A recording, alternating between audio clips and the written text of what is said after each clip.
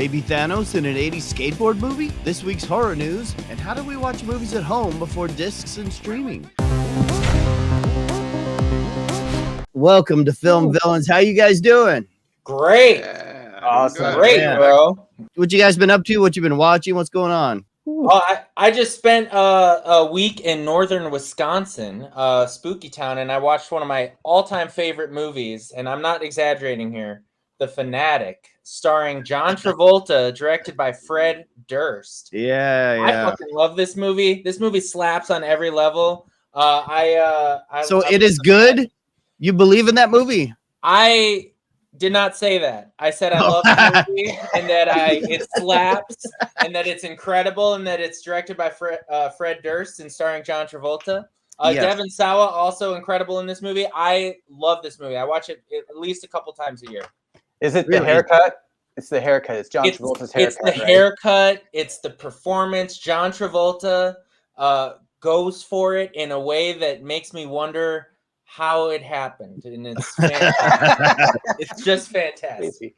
I've seen the trailer, I've seen the clips. I never got around to watching it, but I do need to do that, man, because this is one that you grab all your buddies, you grab your favorite herbs and drinks, and you enjoy the hell out of this movie. And let me tell you something, it gets better on a rewatch too. It's one of those that you won't believe your eyes. You won't believe it until you watch it again. When I was in college, I was making a short film. While we were making the film, the lead actress, who was this beautiful gal and very talented, she started dating Fred Durst, and then so we made the movie over several weeks, or maybe 2 months or something, like on weekends and shit. We had so many different scenes everywhere, and she started going out on tour with him, so he would fly her back to do the short film with us on the weekends and then fly her back on tour with him.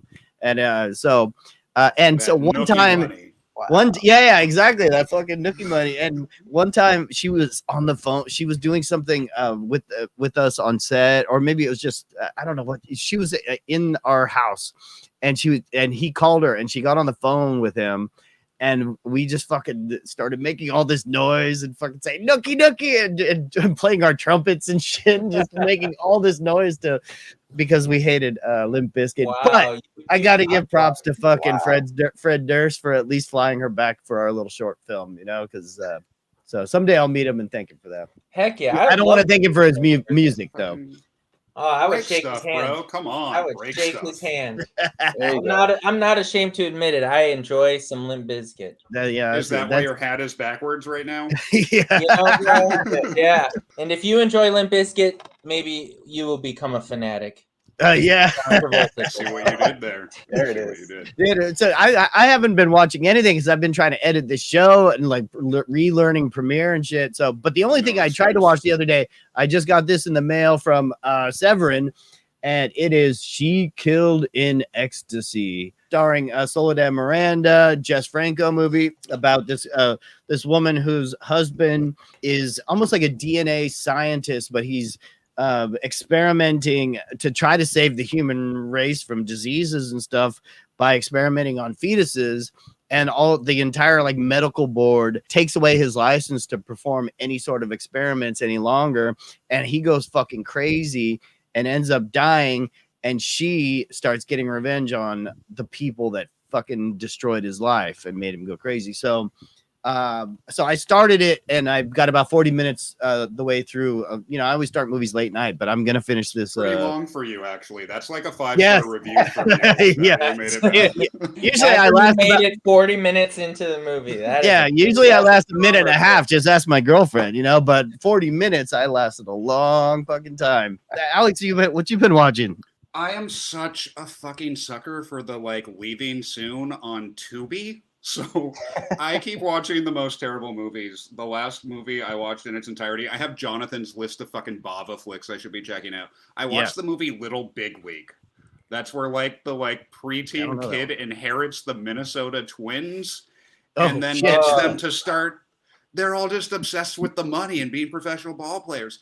but they get to play baseball for a living and they have to connect with their inner child. And it's really not that good. And it really just made me wish that I was watching Rookie of the Year, because that movie, however, is awesome. I feel like I fell into that trap a couple times as a kid, and I put on Little Big League thinking it was Rookie of the Year, and I was wholly disappointed. Rookie of the Year fucking hits, bro. It's fucking Gary Busey. It's so much Daniel Stern, Runamucker, Garden Hoser. Like, it's fucking, it hits my inner child in all the right places. And Little Big League, man, not so much. Yeah. Tubi, it's expiring. I had to do it. I got to do it. You know, they run my life. What about you, Jonathan? Watch anything good? I've been trying to get some things off the ground in just movie land as an indie filmmaker, but I also watched A Bittersweet Life. The director of I Saw the Devil, if you've seen that movie. Really cool movie. Fucking stylistic, same kind of almost what is like it called? that same. It's called A Bittersweet Life. And it's before. It's 2005. I think I shit. Saw the Devil's 2010. And it's really cool. It's about a hitman he's hired to watch his boss's girlfriend, but it's like his little 20-year-old girlfriend. And so he's like, I think she's sleeping with some young guy. And he says, if she is, I want you to kill her and report back to me. And he obviously doesn't kill her. He just kind of puts her out and says, hey, you know, keep it quiet, keep it quiet. So then the boss turns on him and tries to murder him in the most horrific way. And then he says, you fucked with the wrong guy. And then it's just mayhem after that. And he goes after everybody, taking them all out. It's fucking awesome. Sounds fun. That sounds fun. So does anyone break their arm and then it heals in a way where they can throw 100-mile-an-hour fastball after? They break their arm, but you know, there's no healing in this movie. It's bittersweet. Damn. Okay, so our second episode was released last week. We've had some great amount of people coming in and watching our videos, and thank you all for doing that. If you're returning, thank you so much. But we had 2 giveaways in the last episode, and you were supposed to comment and make a comment, and not one comment. Nobody commented in that video. Their keyboards must all be broken. They have thumbs that are broken right now, but when they heal, they're going to be the fastest texters of all time. They're going to text comment. Yeah. So if you're watching this, the giveaway is done on the last video. And so we're going to try this again. We're going to try this again. Okay. There you go. Yeah, so we're going to do this over. The first is going to be the Skeletor socks. We have another nice, shiny, new, never worn, brand new pair of Skeletor socks. So you have to comment. Maybe and you know the people are waiting till they're worn by you, and then they're going to comment. Damn, those things, bro. Where? But this, hey, I'll tell you, this sock is not big enough. You know, it's not big enough. Comment your favorite He-Man character in the comments below to win a Skeletor socks, and we will draw the winner next week on the next episode. So, and then later on in the episode, we're going to give away, if anyone wants to actually watch the rest of the episode, of My Favorite Horror Movie, Part 3, Scream Warriors. This is our book. I have a ton of these copies in a box, and I'm going to be giving away tons of these. So just watch the episode. We'll give this one away to one lucky winner. And if that didn't cause impulse, there's actually only one copy left in existence. And if you want to get it, you got to comment right now. Yeah, no scarcity. Scarcity. But we're not going to, but you have to watch until later in the episode. And once I pull up that book, and then we're going to tell you exactly what to comment, because, you know, that's going to cost more than the socks to actually send out. And if you don't want to watch it, you can just scrub until he holds the book up again. Yeah, exactly. All right. So I think we need to start with some horror in the news. All right, so the latest in horror news, Fangoria released this. Scream 7 is going to have Sidney Prescott. I guess the movie is not, finally going to be about Sidney again, and Neve Campbell is going to return. And because she wasn't in the last one, but she was kind of in number 5 2 movies ago. So And Kevin Williamson is directing that, so that is cool. I'm in it for Kevin Williamson. Yeah. I do have to say I'm not super huge on the latest 2 Scream movies. Yeah. But 1 through 4 are just, you know, knockouts. But with that said, I'm glad Neve Campbell got what she deserves. Obviously worked out a deal that is going to make Scream go back to its roots, which I think is great. And Neve Campbell get to play her Sidney Prescott again. This is her series, so I think I probably she just fucking jumped out of the last one because number 5, she was like, dude, where the fuck am I? And I haven't seen number 5. I saw number 6 on a plane recently. They're watchable. They're fun. I'm a sucker for the franchise, so I'm going to keep going back. I was surprised how little like new technology was in it. I was expecting there to be way more like ring cameras and fucking shit like that, like going. Yeah, but I'm ready for Scream to jump the shark. I think that the franchise as a Scream whole in space would do it would do itself a service. You're on part 7 now. Let's start doing some crazy new stuff. Let's have a killer come back from the dead. I'm team Stu is still alive for sure.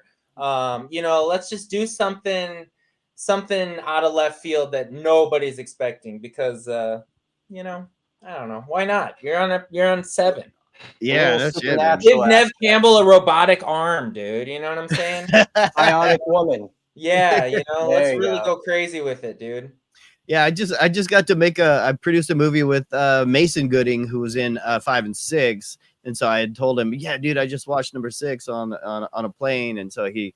And I was like, I'm rooting for you, man. I'm rooting for you to hopefully you can come back. But I don't know. Who knows? At this point, maybe Neve Campbell is going to be in charge and be like, nah, I don't want any of the old people.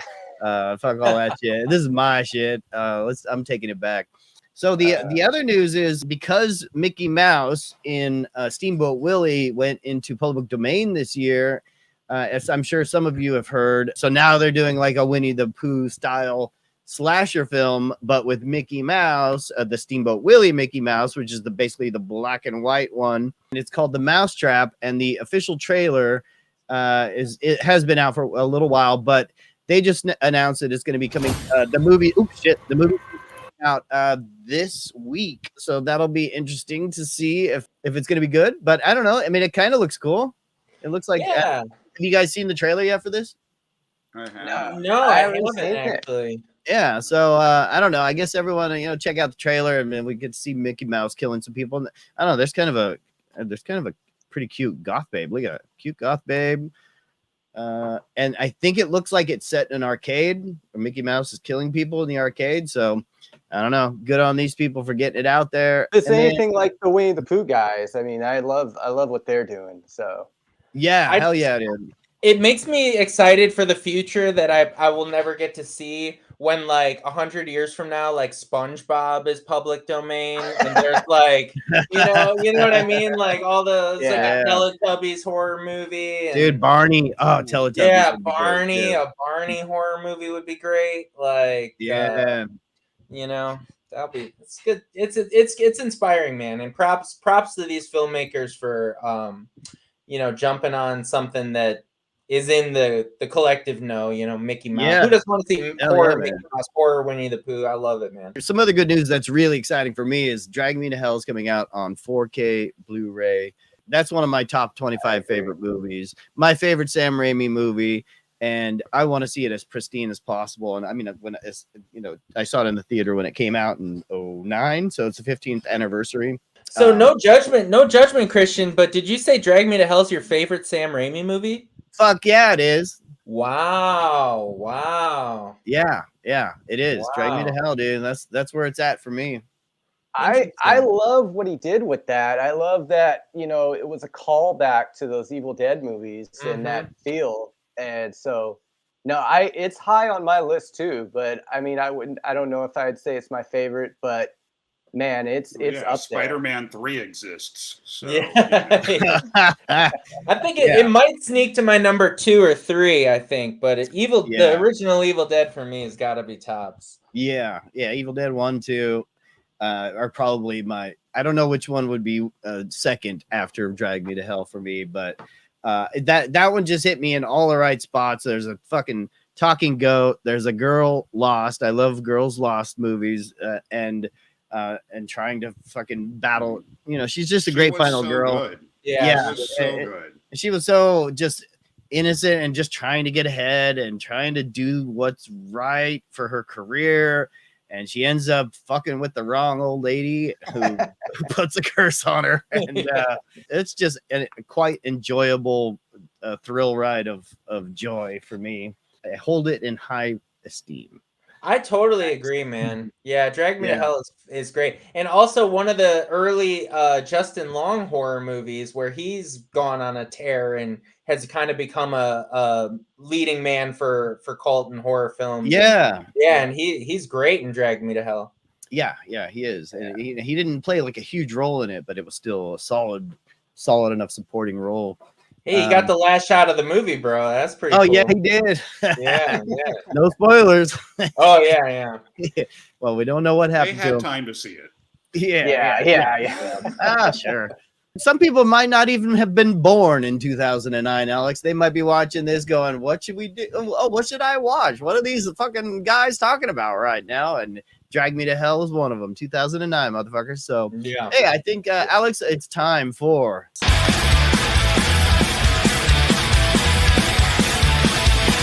This week we are talking about the movie Thrashin.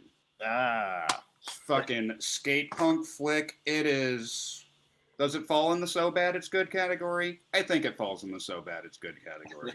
It's a great category to be in. It is. It's actually possibly my favorite category for movies as far as rewatchability goes. I'm gonna watch those more than actually a perfect 10 movie. But this movie is pretty much falls in that Romeo and Juliet or West Side Story side of life. We've got the Valley skateboarders. They're called the Ramp Locals. They're wearing the hyper color. They've got the permed hair. They're listening to Devo, which don't get me wrong, I fucking love Devo. But, you know, that's what they're doing. And the other gang is this group called the Daggers. And these guys are the fucking Hells Angels of Venice fucking street punk skate gangs. The movie's kind of a 2-in-1. Like, literally the director is from the original West Side Story flick. Like, you can tell this is in him. Like, he's just been waiting to tell some modernized story. And it's got the teen romance. They've got all that going on. Wait, it's the same director as West Side Story? It's one of the actors from West Side Story. Oh, that is the director of this. So, like, you know, the seeds were planted. He did also direct the last horror film. We can get into that at some point. But for right now, we're talking Thrashin'. So it's a teen love story. You've got Corey Webster, played by Josh Brolin, coming right off of the Goonies, many years before he's Thanos. He falls for the Venice skate punk's leader's sister, the perfect Kansas City or Minnesota blonde or whatever, and gang type stuff proceeds to happen. But the Daggers are, I mean, they look like the fucking Hells Angels. They're wearing vests. They all have daggers on the back. They've got spikes. They've got punk rock haircuts. And these...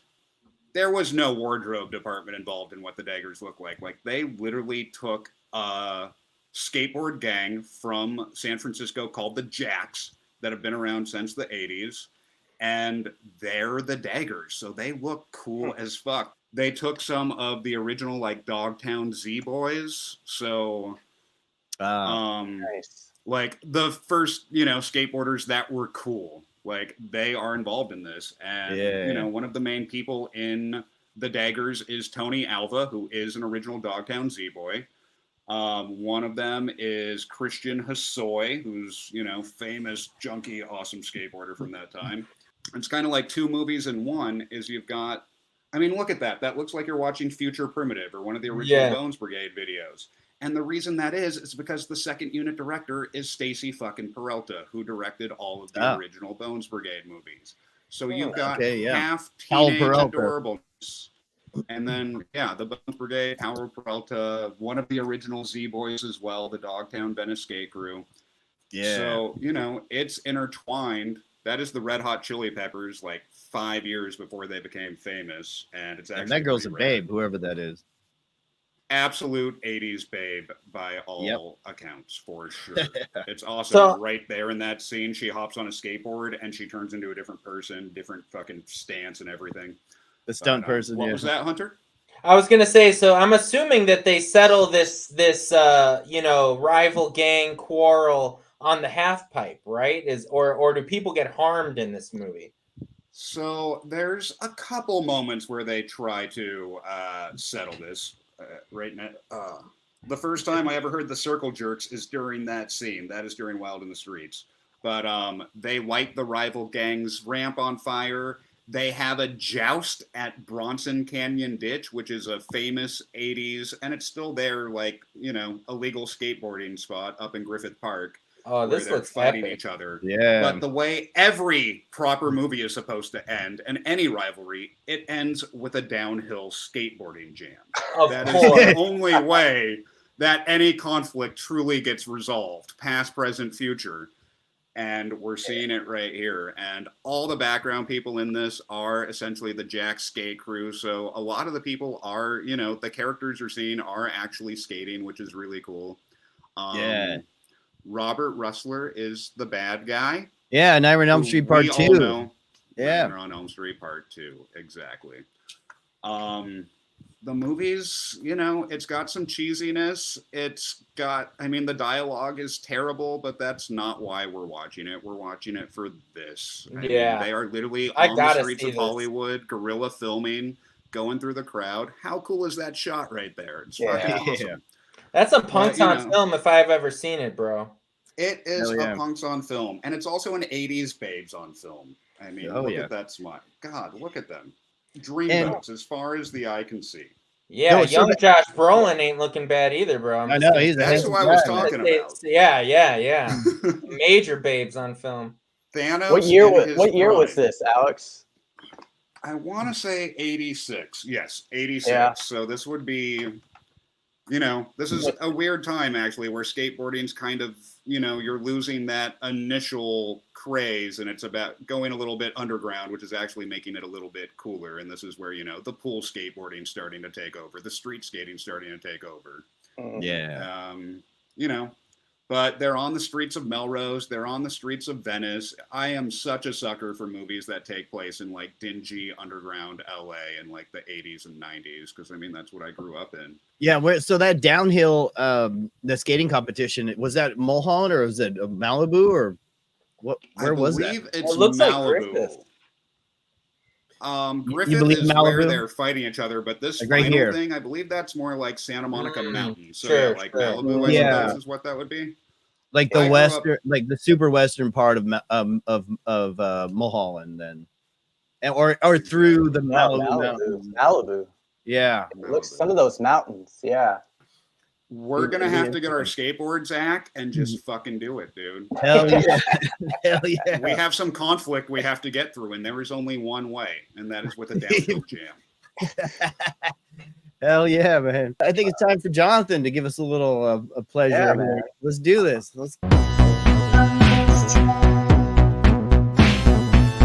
This week, I didn't watch a Giallo, but I watched something that had some Giallo feel to it, a little bit of flavor to it.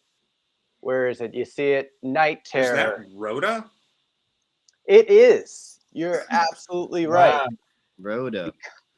From whatchamacallit, Mary Tyler Moore. Mary Tyler Yes. Moore show, yeah. Yeah. So Valerie this- Harper. Yes, there you go. This is an interesting TV movie, and it feels like it's coming off of the back of like Duel and things like that they were kind of popular. But this one has a killer in it that had a lot of Giallo vibes to it. It's this weird guy. He has like a little neck thing where he talks through what do you call it, voice box. So he's Ooh, always, nice. he's always talking like this, and he's got this crazy scar on his neck, and he wears gloves, and he's got these crazy guns, and from the get-go it opens with him, and he's taking some crazy I don't know if they're bombs or it's like some secret mission for the army, and he's taking it across town, and nobody can know about it. And then lo and behold, this housewife, Carol Turner, our character Carol Turner, runs into him just randomly when a cop pulls this guy over. He shoots the cop with a shotgun, and then after that, it's chaos ensues. She witnesses it. He's trying to take her out, and it's just a road movie from there on out. She makes a lot of bad decisions, but kind of like this movie. Yeah. It's a weird movie because it's got this like Leave It to Beaver, Brady Bunch kind of vibe with the family and the way she acts towards her children and her husband. And then on the opposite side of it, you got this stone cold killer that we had known nothing about, that's just terrorizing everyone. I think even in the diner he's at, he spits his dollar bills at the waitress out of his mouth. He's a menace. It's a wild TV movie that you wouldn't expect to see, and it's kind of in a special place in TV history of where they weren't probably making many. This was probably one of the last ones of that era, and they weren't making any more like this. And especially a star like her being in it, there's not much to say about it. It's not great, but it's a lot of fun. It's a lot of fun yelling at the TV like, "What are you doing?" She's just the writing for her is terrible. Other than that, I mean, it's fun when you have like this almost slasheristic kind of feel, and then you have that giallo feel too. And there's moments in the rain where her car runs out of gas, and then she finds a guy that's getting pulled on the side of the road in his car because it's raining too much, and so he's just sitting in his car drinking, and she ends up hanging out with him and tells him to go find the killer. He gets out of his car and he gets shot with a shotgun. And there's no spoilers. It's not going to kill it for you, but it's an awesome, fun movie. There's so many other things that are happening, and the ending is kind of out of this world in the sense of what were they thinking? But it also made me think of Sinister Surgeon. Because the movie I did. Your movie, yeah. My movie, because here you are trying to make some really cool thing or something. You could tell they had like some really cool ideas, but then again, it's still a TV movie. And so that was another reason I picked it, because we had talked about that earlier in this show. Check it out. It's fun. It's got what year is this? This is 77. So looks great. Yeah, it looks had great. to be 70s from that like lime green she was on top of the wood grain room. That hit the art director in me right in the feels. Yeah, it looked real nice, sexy. Yeah, and there's so many moments where she's she like stops at a gas station and she's trying to pump the gas, and so she goes in, there's a killer after her, but she goes to the cash register and leaves money in a note to make sure that oh my gosh person. It's so many weird things like that, but it's a great film. It's a lot of fun. If you like 70s movies, if you know those 70s TV movies, you'll have even more fun with it.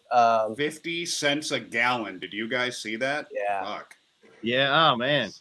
And you can't be. And that was, but that was probably expensive back then too, because there was a fucking a big gas shortage back in the 70s. I don't know exactly what year it was, but they had a really big issue. It was probably later in Jimmy Carter's reign, and maybe around 78, 79. Well, he was the president now in 77. But yeah, where they had cars lining up down the street to get gas because everybody's freaked out because they were odd or even days, depending what your license plate was. Yeah. Mm-hmm. And even this, but this car right here, what that looks like a Ford, and I had a 1900 because I saw the that is the model of I had a Ford Ranchero in 1972 in high school. And so that is basically the model of my Ranchero without the fucking wagon part on the back of it. But and my model is a little cooler. But that's wild. My dad rebuilt a Ford Ranchero. What year? I don't remember what year. I think it was like It was probably 60s maybe. Oh, cool. Well, there's Yeah, there's other things like that where, you know, she's driving this station wagon and then the killer's got a Mustang, but you know, they're in a car chase. So there's a lot of funny aspects. Station wagons are Yeah. tanks though, man. They're tanks. You'll get a piece of this right here. She's going to talk to the cop, and then all of a sudden, somebody in that Mustang, boom, Whoa. cop. That's where you Brutal. start right there. damn. In a yellow Mustang. And That she is saw him, brutal, bro. and then he's Gangster like, shit, dude. he shines the light on her. Yeah. Oh, it's over from there on. There's a fucking light in your eyes. Get the fuck out of here. She's like, Dude. Yeah, that looks dope. yeah, I was So, watching that earlier. As crazy as it sounds, I would say check it out. If you like movies like that, if you like TV movies, if you like road movies, if you like The Hitcher, if you like Duel, anything like that, I would say definitely see this. It's fun. Yeah, And hell then yeah. they settle it with a downhill jam. Yeah. yeah. Yeah, it's probably the same fucking freeway or the That's same exactly road it, that they yeah. were Yeah. skateboarding on and thrashing. I was looking up Valerie Harper today, and because the Mary Tyler Moore Show was a huge juggernaut in the all of the 70s, and she was one of the characters on that show, and then she became a bigger star in her own right with her Rhoda show. Yeah. And then, but this was right in the middle. So if you're thinking this is probably one of TV's biggest stars, the top fucking 5 to 10 biggest stars. And she, for whatever reason, in 1977, at the height of her TV career, she's doing a side horror movie on network television. So, that's pretty wild. And they used to fucking do horror movies on network television. Yeah. And when we grew up, in the 80s, if you didn't grow up in the 80s, there were only 3 channels. And then Fox came around, and then there was 4 channels that were actually producing television shows. So there wasn't a lot to really go around to watch. I mean, you either rented a movie, and you weren't even renting movies until maybe the 84, 85 is when people started really getting VCRs in their homes. So you had to watch this kind of stuff. And so that's why they were like, okay, hey, we can throw horror movies on network television and just throw different varieties of things. So I don't know. It's pretty cool. Pretty fucking cool. I think it might have been even later for the video rentals, because I'm born in '84, and I remember early, probably when I'm like 4 or 5, my family, in order to sign up for our first video rental place, you had to put in like a couple $100s or something, as they were investing in the initial tapes. Yeah. You could start renting that's from true. It. It was I remember that. crazy. Yeah. Whenever you maybe they would sell a tape to you that was used from a video store in the 80s, and sometimes they would have a price tag on it. You would have an understanding of how much the video store paid for it, and they were paying like $90 for one tape. Yep. In 80s money. Yeah, in 80s money, and they would rent that out for, let's say, $1.50, $2 on the new releases, which is still the same price as what you would pay at a Redbox, which is now defunct. And so we would have to pay that back then, and that's probably the equivalent of a $7.99 per month Netflix or something that you would pay now. So just wild that we would have to pay that for every movie we rented. But that revenue was also after the video rental stores were paying that $90. I think they were probably having to pay revenue back to the fucking to the people that the people that made the movies. Yeah, so all their money was just made on fucking fees because we didn't rewind. Yeah. You had to fucking pay a fee if you didn't rewind the videotape, and you'd have to fucking if you're late, you're paying. Like 1 day late, you're like, "Fuck, did I owe an extra $1 on this? God damn, dude, what the fuck?" So, man, those. I remember there's trailers on old tapes from the early 90s. I remember a Terminator 2 one in particular where they're like, you can own Terminator 2 for $89.95. Yes. Or if you want 5 copies of Terminator 2, invest in this movie. you can get 5 copies for $350. Like Oh, they're yeah. literally saying like buy multiple copies as an investment to like rent them out to your friends. So funny, dude.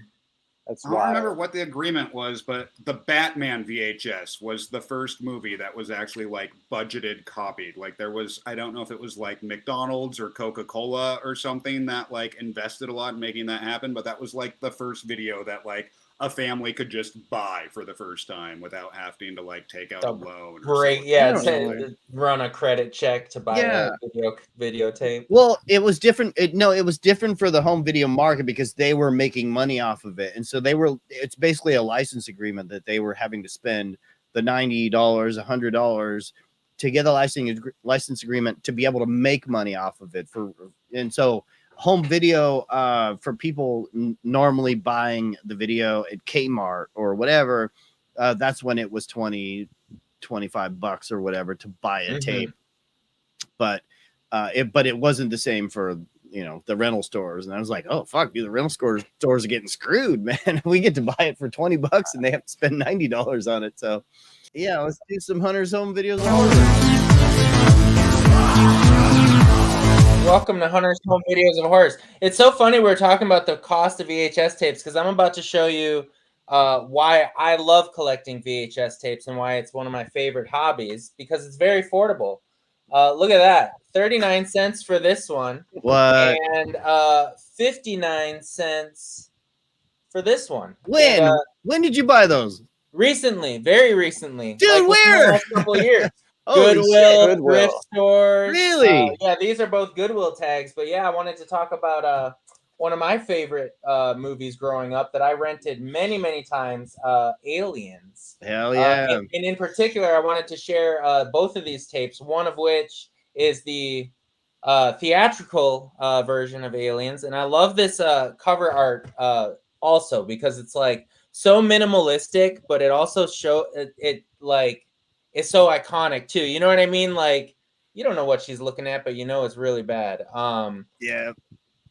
Yeah, it's just beautiful art, dude. Beautiful, beautiful tape. And the special edition, which I didn't see until much later in my life, which contains 17 additional minutes of the movie Aliens, which I think is really fun. And the one thing I personally enjoy the theatrical version more. I think it's a better piece. But there is one plot in the special edition that I thought was really cool, which showed Newt's colony prior to them making first contact with the aliens.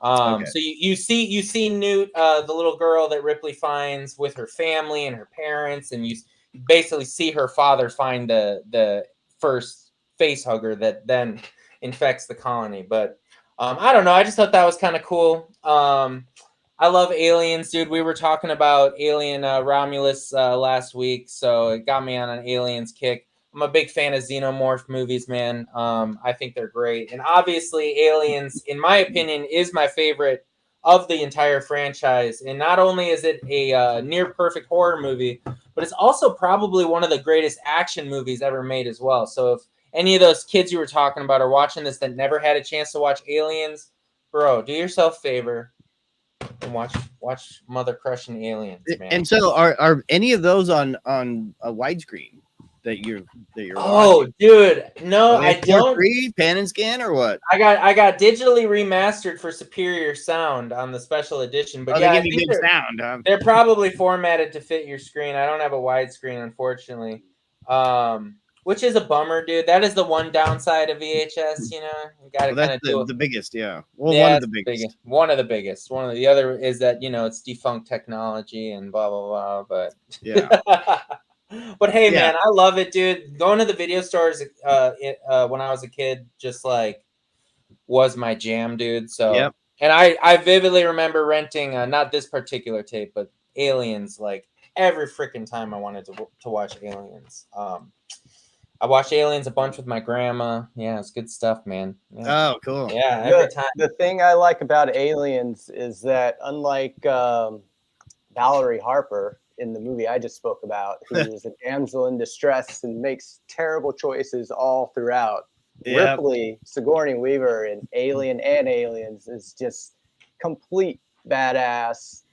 Oh, yeah. Takes control. It's just, she's just cool. She's cool Yeah. throughout the whole thing. You know, we're talking about ultimate final girls, and it's impossible to not have Sigourney Weaver on that list. I know it's not a slasher film per se, but she is, you know, her and I would argue maybe Sarah Connor in Terminator 2, you know, another Cameron, but they are like the epitome of just badass, like, don't mess with me women in film. Which is awesome, two dude. movies where the sequels are arguably better than the original film. Yeah, I agree. Like I said before, I put Aliens. It's ahead of Alien, and for a lot of reasons, I think that it's just more fun and it's a completely different genre. But the one thing that Aliens does do really well is all the homages to Alien. You know what I mean? Like it does feel like a legitimate like sequel, which I guess makes sense, but I'm rambling. No, I kind of break them up into the Alien is a horror movie and the Aliens is more action sci-fi horror. They're different movies. Totally. And I'm still waiting for, you know, like I said last week, I want more Alien movies. I'm always welcome a new Alien movie, but when are we going to get Space Marines fighting a bunch of aliens? Like, we want a new Aliens, you know what I mean? Like, I want to see a new planet. Yeah, Starship Troopers. Oh, I'll do that next week. I love Starship Troopers. But you know what I mean, though? Like, I feel like the Aliens had the formula perfect. And they just, all the subsequent Alien movies haven't been like, hey, let's just get a gang of rowdy Space Marines and put them in a pit with a bunch of aliens and see what happens. What do you think of the Alien 4 or Alien Resurrection with Winona Ryder? Don't tease me, bro. Oh shit! Don't tease me. I was on the fence between Aliens or Alien Resurrection today. Oh really? I love Alien Resurrection. Don't even get me started. It's my second favorite Alien movie besides Aliens. Dude, the only time I saw that was in the I saw like a preview of it in 1997 in the Television Academy in North Hollywood. My sister and I went. I was like, man, I was disappointed in it, but I haven't revisited it. Revisit it, dude. Yeah, it is bonkers, bro. Yeah, Alien Resurrection is bonkers. I love Jean-Pierre Jeunet, the director. Yeah, and he's put out two of my favorite top 100 movies for sure, like Amelie and fucking Micmacs. And both of those. Have you guys seen Amelie? I've seen Amelie. Yeah, I love Amelie. I haven't seen the other one. Yeah, Micmacs is another bonkers movie too. If you're gonna watch fucking Alien Resurrection, we've already gone over a few tangents here, but if you're gonna watch fucking Alien Resurrection, go watch Micmacs as well, because Micmacs is about a dude who works at a store and he's not very bright, and then a bullet gets shot kind of toward the store that he's working at, and a little shrapnel of the bullet goes in and gets lodged into his head. Ooh. And it makes him fucking slow and kind of his brain just doesn't function as well as it used to anymore. And so now he gets out of the hospital and he's not able to function or work and function in society much anymore. So he brings himself to this junkyard and befriends all of these outcasts who are also these very weird people that they all have a special power. Like one person can judge distances very well, and one person can build something very well, and one person can do this and that. So they're all very social outcasts. They can't fucking function in society. So that's why they live in a junkyard, but they live in this fantasy land within the junkyard. And then they decide to go after the company that makes the bullets that fucking lodged itself in the guy's head. And it is one of the most magnificent, euphoric, beautiful, surprising, fucking amazing, fun movies you'll ever fucking see. Micmacs, check it out. How would he go from Micmacs to Amelie to Alien Resurrection? I know. I'm missing a piece there, I think. I know. I think there's some street trash in there too with the junkyard. Yeah. He has a new movie that came out like 3 or 4 years ago on Netflix, and I forget what that one's called, but I just started looking that up, so I need to see that. No, revisit Alien Resurrection though, bro. It's worth a revisit. Yes, I will do It's that. more fun than you remember it being. Hell yeah. So I think it's time for me to tell everyone about this week's Discs of Darkness. Let's go. All right, everyone. It is my turn to discuss one of my favorite albums, and it is The Third by Portishead, or just Third by Portishead. Do you guys know this album? I don't actually. Okay. So it came out in 2008. If you don't know Portishead, they're a very a dark, murky trip hop. I've gotten down with some Portishead in my day. I just don't know that album in particular. And trip hop is a good way to describe it. Yeah, trip hop, the krautrock, and they also kind of dabbled in like a late 60s electronic, which in late 60s there was a band called the Silver Apples that was just this fucking crazy band with a drummer and a guy who did electronic music, and it was just super psychedelic and very much like Can. If you know the band Can, which is a krautrock band that started in the mid 60s. So that's why I'm kind of bringing up those bands, is that when Portishead came out, they were doing this kind of the weird shit where it was very dark and murky, and this achingly haunted singer, this beautiful singer named Beth Gibbons. So when they did this album, it went full on into that kind of style of music that they took from Can, the German band, and they took from Silver Apples and made it into this fucking amazing, dark, and beautiful album. Have you guys heard this album at all? I'm listening to it right now, though. Oh, shit. I just threw it on quietly in the background. My biggest problem with the Portishead is that they don't put out any fucking albums. So their first album came out in 1994. Second album came out in 1997. They put out a live album in 1998. This one, oh shit, this one came out in 2008. So it was like a fucking 11-year gap between the second album and the third album. And now we're looking at how many, 16 years since they've put out an album. And it's like, what the fuck, Portishead? We're all waiting. The entire world are waiting for you guys to put out new music. But it's a shame that they don't. And quality over quantity, bro. Dude, they have, but even when this came out, I was like, okay, Portishead, it's been 11 years. Let's not wait too long for the next one, you know? And it's like, fuck, someday. You know how like every band has if they're a good band, or even if they're a crappy band, maybe they have that one really good song, and it's like your Stairway, or it's your fucking Bohemian Rhapsody.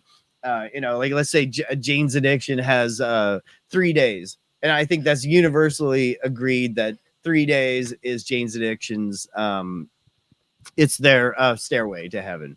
Portishead has a song called Roads off their first album, which I don't have in front of me right now. Roads is a perfect fucking song.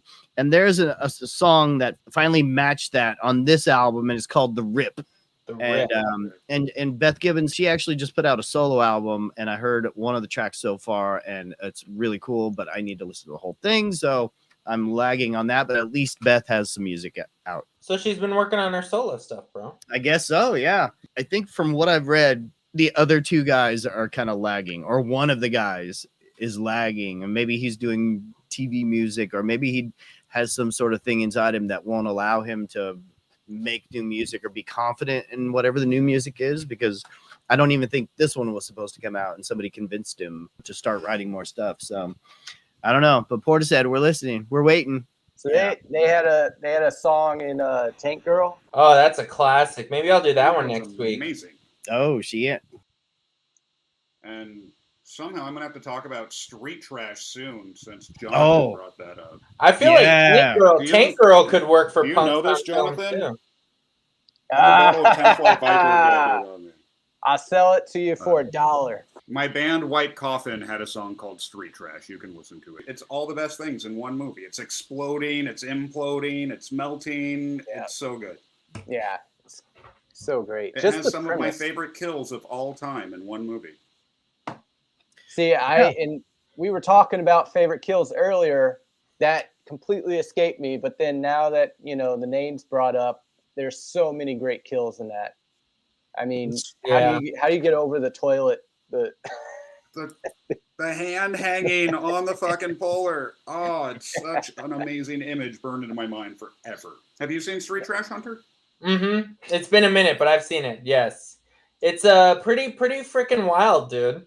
I wish I had it on tape. I passed up a $50 copy of Street Trash on tape years ago, and I still think about it. As you should. Yeah, dude. I'm like, I didn't know it was that hot a commodity. Oh yeah, the original soundtrack on yellow vinyl, which is nice. I have it on DVD. I received it from a homie of mine. Told me to check it out. Yeah, Alex, did you and I go see Street Trash together at the? We did at the Spielberg, Egyptian. Yeah, the Spielberg Theater. We and were fucking day drunk as shit too. Yes, we were. With giant coffee cups just filled with like fucking Steel Reserve or some shit. Classy individuals. This was at like noon on a Sunday. Yeah. That was a good day. That was my first time seeing Street Trash, and Alex was like, "Dude, this is my favorite fucking horror movie, man." It is capital cult. It is as cult as a movie possibly gets. Yeah, like, yep. The more you watch it, the more deranged it is. But it's just, you know, I love movies where, you know, the gore isn't red. It's fucking Technicolor green and hot pink and neon blue. Like, that is gore, my friends. That's the way to fight the MPAA. To make it a different color. Yeah. All right, so this is your chance now. Everyone that is watching, you see this book, it could be yours. Type in your favorite horror movie into the comments below and let us know what your favorite is, and we will do a drawing next week for this book itself. What's your favorite scary my movie? favorite horror movie, part 3, Scream Warriors. So yeah, that's an easy win, dude. If you've made it this far, type your comment. It's gonna be between you and maybe one other person. Yeah, we got no comments on the last one. Probably 0. You could walk away with this dub. And actually, I looked at our fucking a database. There was not one female that watched us last week on all of our videos. I am not surprised. I'm just kidding. We need to cast. Female horror fans are the best, dude. Like, honestly, like we need some Scream queens to check us out, man. I think we need to recast. I am surprised. I mean, we talked a lot about dongs, and I thought that would be a big. I thought that the dongs, or at the very least, the R. Kelly would get some clicks, but what the fuck? Maybe we don't know as much about women as we thought. I know. I know. I'm still looking for the clitoris, you know. But maybe we just need to recast this entire show with more handsome guys. I think that wouldn't hurt either. More handsome girls, whichever works. I don't know. We'll find out. All right. Well, AI to put 80s Josh Brolin over my. Oh damn, dude. Yeah, there you go. We get Josh Brolin on the show. It's game over. Yeah, gonna crash the servers. All right, well, I think that'll do it for this week's edition of Film Villains. So everyone, thank you for watching this far. We'll see you next week, and give us a like, subscribe, and all that, and keep an eye out for new clips. So thank you guys, and we'll see you guys too. Thank you. Villains. Thank you. All right. Peace, villains. Adios, mofos.